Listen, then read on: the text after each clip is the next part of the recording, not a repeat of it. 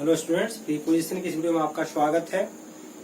आज फिर आप देखेंगे कंफ्यूज्ड एंड मिसयूज्ड प्रीपोजिशन क्या होता है, उसका अगला पार्ट शुरू करते हैं।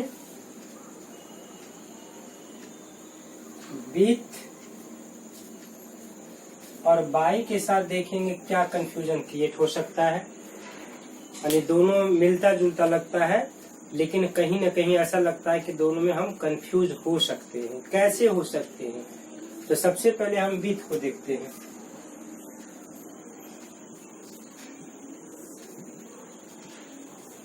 It is used. अब देखिए इसमें क्या ध्यान रखना, इट इज यूज्ड या फिर इट इज आप पुट भी लिख सकते हैं। It is put before the instrument. Instrument समझते हैं, कोई भी उपकरण या कोई भी वैसा चीज जिससे कोई चीज को हम ऑपरेट करते हैं, उसे इंस्ट्रूमेंट कहते हैं। जैसे एक पेन है, पेन क्या इंस्ट्रूमेंट है? इससे लिखते हैं तो हाथ में पकड़ कर लिख रहे हैं, यानी हाथ के साथ टच कर रहा है, तो इसमें बाई पेन हम नहीं कहेंगे, हम यहाँ लिखेंगे विथ पेन, है ना। पेन से, यानी इसका हिंदी अगर देखा जाए ना तो इसका सेंस यहाँ पर निकलता है से, कलम से। जैसे आप कहें इसको एग्जाम्पल में,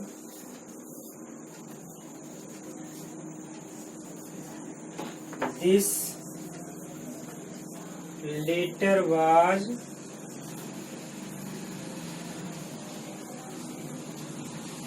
रिटेन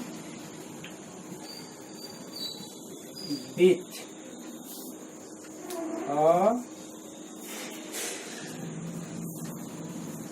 फाउंटेन पेन। देखिए फाउंटेन पेन, इसको कहते हैं झरना कलम। ये झरना कलम क्या होता है?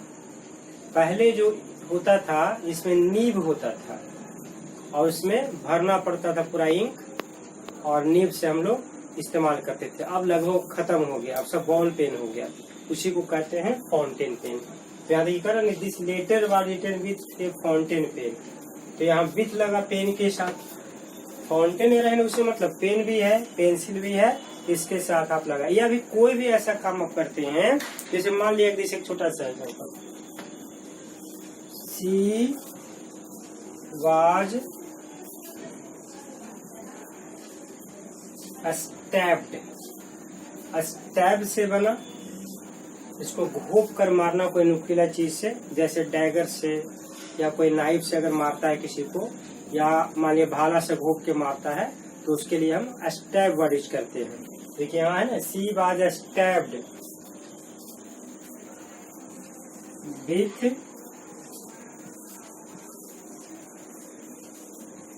डैगर। डैगर क्या है? एक इंस्ट्रूमेंट है, इसलिए यहाँ विथ का यूज हो गया। अब हम देखेंगे बाई का।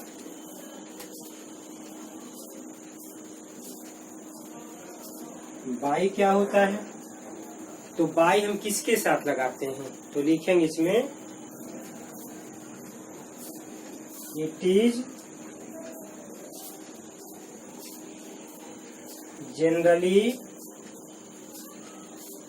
पुट बिफोर अ डोर, या इसको आप लिख सकते हैं एजेंट। ये डोर क्या होता है? देखिए इसका ऐसे जनरली आप समझ लें, पैसिव वॉइस में ज्यादातर सेंटेंस जब हम बनाते हैं, यानी पैसिव में जब चेंज करते हैं, तो जो डोअर आता है, जिसके द्वारा कोई भी काम किया जाता है, उसको हम डोअर कहते हैं। तो चूंकि एक्टिव में तो होता है, सब्जेक्ट होता है शुरू में, पैसिव में भले सब्जेक्ट हम रखते हैं शुरू में, लेकिन ऑब्जेक्ट जो होता है वो सब्जेक्ट बना जाता है, उसको इनर्ट सब्जेक्ट कह सकते हैं। उसका जो एजेंट होता है उस सेंटेंस यानी वर्ब के बाद आता है, उसको हम कहते हैं डोअर। समझ सकते हैं? अब एग्जांपल इसका देख सकते हैं। Once I was attacked by और एक बार मुझ पर अटैक किया गया था। किसी के द्वारा किया जा सकता है, एनेमी आप कह सकते हैं, रॉबर कह सकते हैं, कुछ भी कह सकते हैं इस तरह से। तो यहाँ देखिए बाई आया और ये पैसिव का कंसेप्ट है। अब ऐसे कुछ कुछ ऐसे कंडीशंस आते हैं जहां पर हम विथ लगाते हैं, स्पेशल केस होता है, वर्ब का कुछ केस होता है, लेकिन 99% ऐसे सेंटेंस होते हैं पैसिव वॉइस में जिसमें बाई का यूज किया जाता है before the door, before the agent. इसमें ये और भी एग्जांपल आप देख सकते हैं। अब जनरली कुछ भी सेंटेंस आप बनाते हैं कॉमन आप आम लाइफ में, जैसे आप कहते हैं जैसे एज यू लाइक इट, बताए क्या है? शेक्सपियर का एक ड्रामा का नाम है, उनका एक प्ले है। अब इसी को अगर हम लिखे as you like was written by Shakespeare, as you like it Shakespeare द्वारा लिखी गई थी। तो पास्ट की घटना है, चूंकि बहुत पहले के राइटर है लिखे हैं। तो कुछ भी ऐसा करते हैं, किसी के द्वारा कोई काम होता है, यहाँ पर ऑलवेज बाई का यूज होता है मैक्सिमम सेंटेंस में। लेकिन जहाँ पर इंस्ट्रूमेंट की बात हम करते हैं, जिस इंस्ट्रूमेंट को हाथ में पकड़ करके हम लोग यूज करते हैं, हमेशा उसके साथ नेक्स्ट देखेंगे यहाँ बिफोर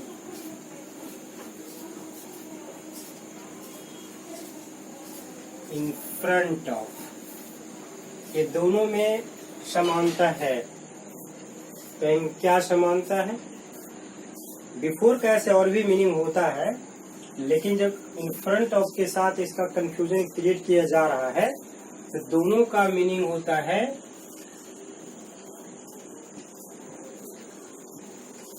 के सामने। दोनों का मीनिंग में डिफरेंस नहीं है। ऐसे डिक्शनरी भी अगर आप देखेंगे उलटकर, तो कुछ कुछ लिखा जो जाता है वो ग्रामर के अनुसार गलत हो जाता है, जबकि डिक्शनरी को तो गलत नहीं कर सकते, ऑक्सफोर्ड डिक्शनरी को गलत नहीं कर सकते है ना, वहां भी आपको मिल जाएगा लिखा हुआ। लेकिन फिर भी ग्रामर में जब आते हैं तो उस तरह का एरर मान लिया जाता है।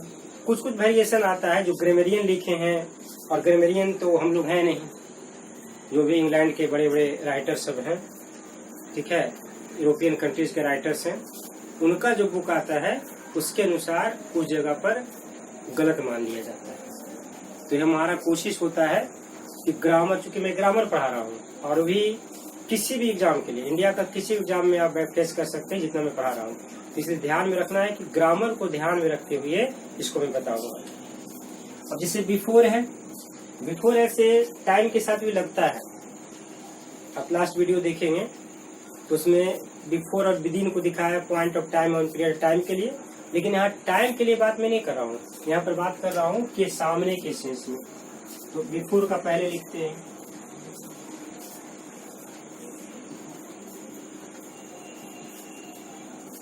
It is used with a person only. Before का जब यूज हम करते हैं तो केवल पर्सन के लिए करते हैं। यहाँ पर कोई वस्तु के सामने अगर बात करें तो यहाँ पर गलत हो जाएगा, ये ग्रामर में है। लेकिन अगर आप डिक्शनरी देखते हैं तो डिक्शनरी में इन फ्रंट ऑफ को भी कहीं न कहीं आदमी के लिए दिखा दिया है, जो कि ग्रामर के अनुसार गलत है। यानी डिक्शनरी का एप्लीकेशन हर जगह हम ग्रामर में नहीं लेंगे, हम ग्रामरियन के अनुसार चलते हैं। इसलिए यहाँ देखेंगे कि बिफोर जब भी यूज करते हैं तो ओनली विथ पर्सन्स। अब कहिए कैसे एग्जांपल देंगे इसको?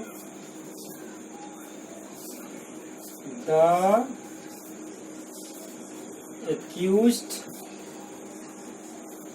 वाज प्रोड्यूस्ड बिफोर द जज। इस तरह से देखिए लिख सकते हैं, एक्यूज्ड को जज के सामने प्रस्तुत किया गया। ठीक है, दूसरा example, the killer killed him,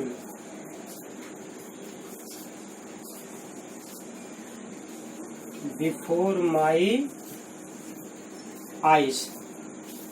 अपराधी ने उसे मेरे आंखों के सामने, मेरे नजरों के सामने उसे मार डाला।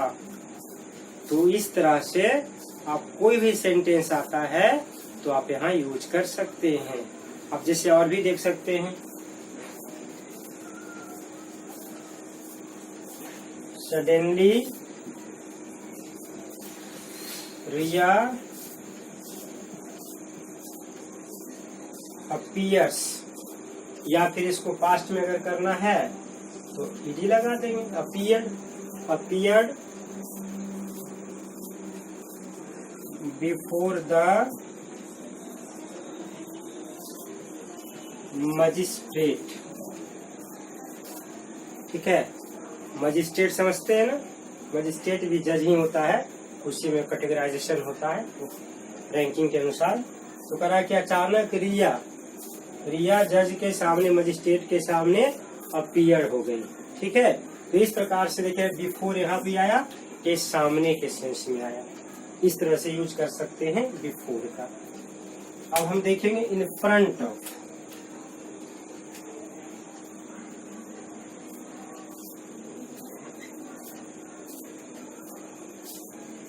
इन फ्रंट ऑफ मीनिंग इसका भी है के सामने, इसमें कहीं कोई अंतर नहीं है, लेकिन कहाँ इसका यूज होता है सो देख लेंगे। It is used with an object लिख सकते हैं, नॉन लिविंग थिंग कुछ भी लिख सकते हैं, विथ एन ऑब्जेक्ट। वस्तु के सामने जब इसको दिखाते हैं हम तो यहाँ लिखते हैं इन front of. Example, now I am standing in front of a tall building. अभी मैं एक ऊंची इमारत के सामने खड़ा हूँ। अब यहाँ पर देखिए के सामने, अक्सर लोग बोलचाल में बिफोर यूज कर देते हैं, यहाँ पर बिफोर की जगह इन फ्रंट ऑफ यूज कर देते हैं, तो इस प्रकार का गलती उनसे हो जाता है। इसलिए आपको इस पर हमेशा ध्यान देना होगा ग्रामर की नजर से। बोलने चालने अगर स्पोकन की बात करते हैं तो दोनों ठीक है, क्योंकि स्पोकन में उतना सब ब्रिलियंट नहीं होते हैं आपके सामने कि एक ग्रामर को बैठ के देखेंगे। टीचर है, विद्वान आदमी रहेगा, वहाँ पर एक वर्ड भी गलत बोलते हैं तो उनका ध्यान हमेशा गलती पर ही जाता है, लेकिन स्पोकन में उस पर ध्यान नहीं दिया जाता है। वहाँ लोग ध्यान क्या देते हैं कि आपने क्या कहा, मैं समझ लिया, बस सही हो गया। तो इसलिए ग्रामर की नजर से अगर देखना चाहते हैं तो इसको पूरी तरह से पालन करेंगे। लेकिन अगर मेरा ये कहना है कि स्पोकन में अगर मैं सही बोलूँ तो क्या दिक्कत है, आप गलत को क्यों बढ़ावा देना चाह रहे हैं कि कुछ भी बोल दो, कुछ भी कैसे बोल दीजिएगा। एक अच्छा लेवल का अगर आप बनना चाहते हैं, अपने क्षेत्र में इंग्लिश अच्छा बोलना चाहते हैं, तो ग्रामर का पूरी तरह से आपको ध्यान रखना हो। नेचुरली आप जान गए तो आप स्वतः गलती ना करेंगे।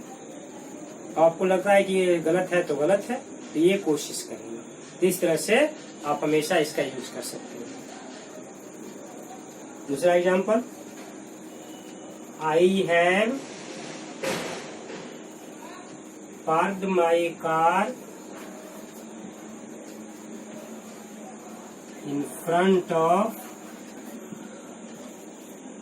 Your gate. आपके गेट के सामने मैंने अपने कार को पार्क किया है। तो इस तरह से दोनों में आप देखा कि इन फ्रंट ऑफ, बिफोर, दोनों का मीनिंग के सामने है, लेकिन दोनों में यूज में डिफरेंस है। ग्रामर की नजर से देखा जाए तो एक डिफरेंस आ जाता है। और इसका तो यहाँ पर एक फिर कंफ्यूजन देखेंगे आप, विथ इन के साथ, ये दोनों के साथ भी कभी कभी कंफ्यूजन हो जाता है और अच्छे लोग इसमें गलती कर बैठते हैं। कैसे? विथ का यूज करते हैं तो इसमें जैसा कि अभी मैंने तुरंत बताया है इंस्ट्रूमेंट के साथ, इसको आप ऐसे लिख सकते हैं, it is used before an instrument और a tool, then an must be used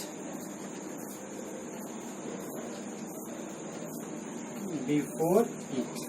अब देखिए इसमें क्या दिखाना चाह रहा हूँ मैं, इसको देखेंगे आप कहेंगे कि अभी तो जस्ट बतलाया था मैं इंस्ट्रूमेंट के साथ बिट लगता, फिर मैं क्यों बतला रहा हूँ।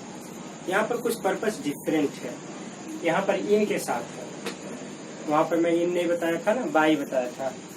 अब दोनों में डिफरेंस कैसे होता है कि जब भी कभी इंस्ट्रूमेंट के साथ यूज करते हैं तो इंस्ट्रूमेंट के पहले क्या लगता है, आर्टिकल ए और एन का यूज होता है। जैसे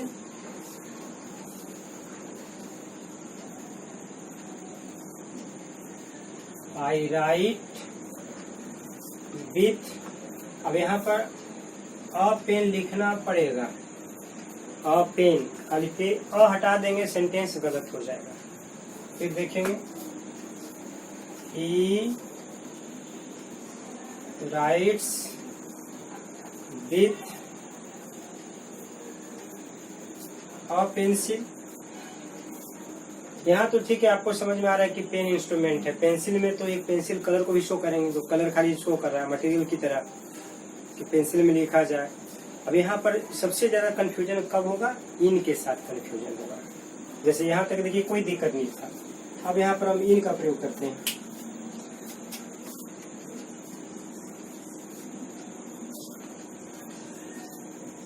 it is used with material noun, या फिर आप कह सकते हैं अनकाउंट नाउन, इसको ऐसे कर सकते हैं। It is used to show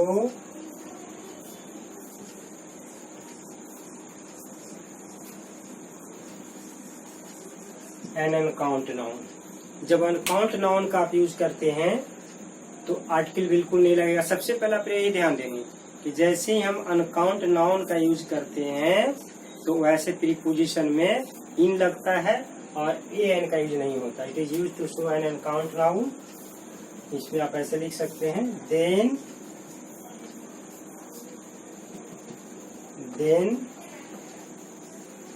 A N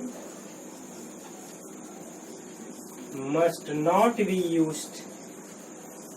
अब कहेंगे एन क्यों नहीं लगेगा, मटेरियल नाउन का मतलब क्या होता है, जिसे हम काउंट नहीं करते हैं जनरली। यहाँ जनरली शब्द मैं बोल रहा हूँ, ध्यान रखेंगे, जिसे जनरली हम काउंट नहीं करते हैं। आप कहेंगे चावल है, चावल का दाना काउंट कर सकते हैं, लेकिन हम मार्केट में उसका यूज कैसे करते हैं। क्या चावल के दाना को हम गिन के खरीदते हैं, खरीदना संभव है, उतना नहीं संभव है, तो उसको मटेरियल नाउन मानते हैं। कुछ ऐसी चीज है जिसको हम तौल के खरीदते हैं, मटेरियल नाउन है। लेकिन जिसको हम संख्या से खरीदते, जैसे पेन है, तो पेन को आप कैसे खरीदते हैं मार्केट में, एक पेन, दो पेन, तीन पेन, संख्या से खरीदते हैं, ऐसा तो नहीं कि तौल के आप खरीद लेते हैं। तो जिस चीज को माप कर तौल कर खरीदते हैं वो सभी अनकाउंट नाउन में आता है, और जिसको हम संख्या से खरीदते हैं वो सभी काउंट नाउन आता है।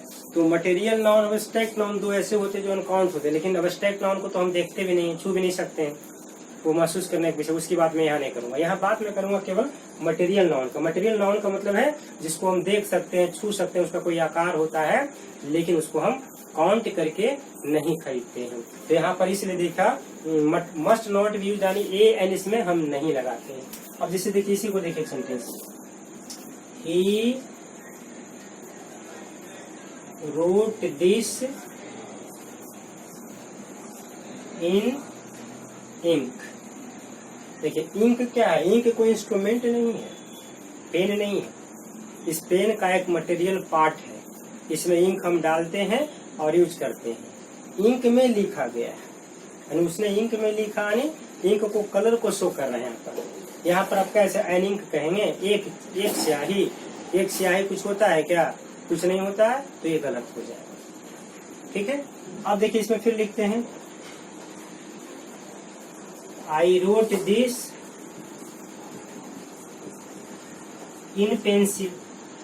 यहाँ पर पेंसिल मतलब अ पेंसिल यहाँ डिफरेंट है। अ पेंसिल का मतलब एक पेंसिल इस तरह का जिससे आप लिखते हैं, लेकिन पेंसिल डायरेक्ट अगर लिख दिए आ नहीं लगाए, इसका मतलब उसका मटेरियल पार्ट यानी पेंसिल कलर को शो करता है। तो जब कलर को शो करे तो उसमें आर्टिकल का प्रयोग नहीं होगा, लेकिन अ लगा देते हैं यहाँ तो फिर इन हट जाता, फिर विथ लग जाता। यानी इसमें प्रीपोजिशन प्लस आर्टिकल दोनों का मिश्रण है। ये दोनों को समझना पड़ेगा कि प्रीपोजिशन विथ लग रहा है तो आर्टिकल लगेगा यानी इंस्ट्रूमेंट हो गया, लेकिन जैसी मटेरियल कंसेप्ट दिखाएंगे जहाँ इन लग जाएगा और इसमें आर्टिकल का प्रयोग कभी हो ही नहीं सकता है, बिल्कुल डिफरेंट हो जाएगा। कितना बारीकी से इसमें देख रहे हैं गलती होने का चांस होता है, तो इसलिए इसमें आर्टिकल को ध्यान में रखना है। आर्टिकल है तो ए एन लगा दें, आर्टिकल नहीं है तो इन लगा दें। तो इस तरह से दोनों में विथ में और इनमें डिफरेंस देखने को आपको मिला।